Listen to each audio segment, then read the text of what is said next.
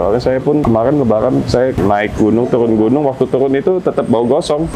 Kalau pantangan untuk ATF apa ya? Kalau CVT kan dibejek-bejek. Jangan sampai telat ganti oli. Jangan sampai juga salah pakai spek oli atau kena oli palsu. Mobil Matic ribet. Ya, mobil Matic memang lebih ribet, tapi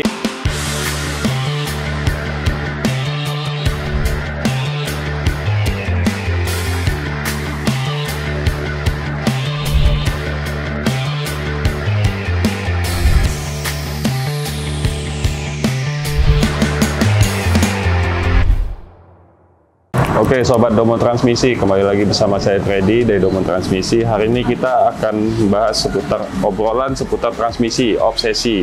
Ini ada pertanyaan dari Bang Iblis, Boswork.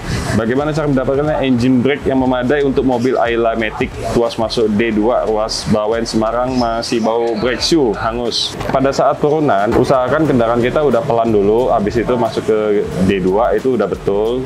Tergantung sama ukuran mobilnya, tergantung sama jumlah barang muatan, jumlah penumpangnya. Semakin berat, pasti kerja rem akan semakin berat. Nah, cuma kalau memang masih kecium bau kampas rem gosong itu, kalau menurut saya sih masih wajar. Soalnya saya pun kemarin lebaran saya naik gunung, turun gunung, waktu turun itu tetap bau gosong. Padahal muatannya cuma 4 orang. Jadi masih normal sih kalau misalnya baunya cuma sedikit dan sebentar pun hilang ya nggak apa-apa. Memang fungsi remnya pada saat turunan tuh kerjanya lebih ekstra gitu. Mas Pras, pas mulai nanjak ganti gear Matic dari D ke 3 atau 2 atau L gitu sambil jalan atau berhenti dulu.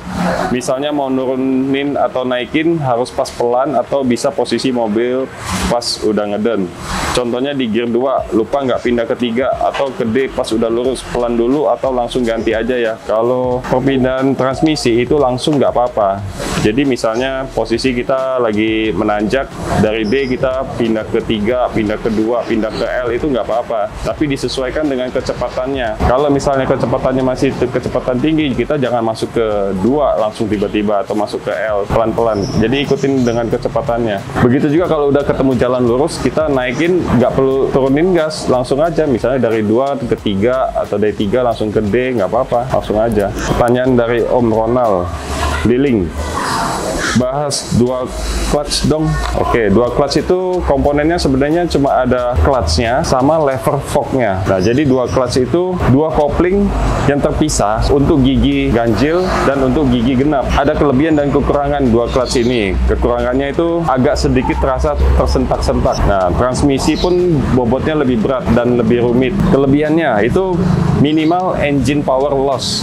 Kenapa? Pada saat perpindahan gear itu kopling yang selanjutnya tuh udah siap untuk di gigi selanjutnya gitu, karena dia ada dua koplingnya. DCT pun ada yang tipe basah, ada yang tipe kering. Nah, biasanya tipe basah ini untuk mobil yang torsinya gede, contohnya Santa Fe 2,2 itu 8 speed DCT dia. Ada yang tipe kering itu biasanya ukurannya dimensinya kecil, contohnya Ford Fiesta. Banyak mobil yang supercar pun pakainya dual clutch, contohnya Nissan GT-R, Porsche 911.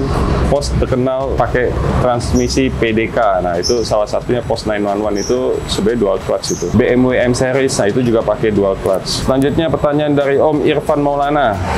AT konvensional normalnya ganti gigi di RPM berapa? Ras saya kadang di 2.300 sampai 2.500. Tapi kondisi tertentu agak sedikit dibejek sampai 3.000 bawa ganti gigi. Tiap mobil beda-beda. Umumnya ada yang di range sekitar 2.000 ganti, ada yang 2.000 lewat sedikit bawa ganti. Kalau dibejek memang dia pasti akan lebih tinggi RPM-nya baru ganti karena dia kick down posisinya. Selama itu nggak ada kendala di perpindahan giginya, nggak ada hentakan, nggak ada selip, harusnya masih normal. Dari Om Bersin, kalau pantangan untuk ATF apa ya? Kalau CVT kan dibejek-bejek.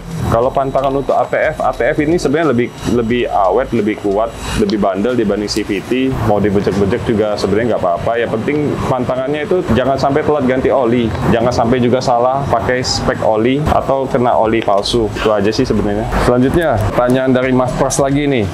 Nanya dong, ATF ini kepanjangannya apa ya? Setahu saya AT itu automatic transmission kan? Ya betul, AT itu automatic automatic transmission. Kalau ATF itu automatic transmission fluid, jadi cairannya, jadi oli matic-nya. ATF, automatic transmission fluid kepanjangannya. Ya, ada pertanyaan dari Brian. Mobil matic ribet. Ya, mobil matic memang lebih ribet, tapi memberikan kenyamanan. Kalau di kota yang macet itu punya kelebihan juga. Memang transmisinya memang lebih ribet, tapi ya lebih nyaman. Oke, itu untuk obsesi kali ini. Nanti kita lanjut ke obsesi selanjutnya. Thank you.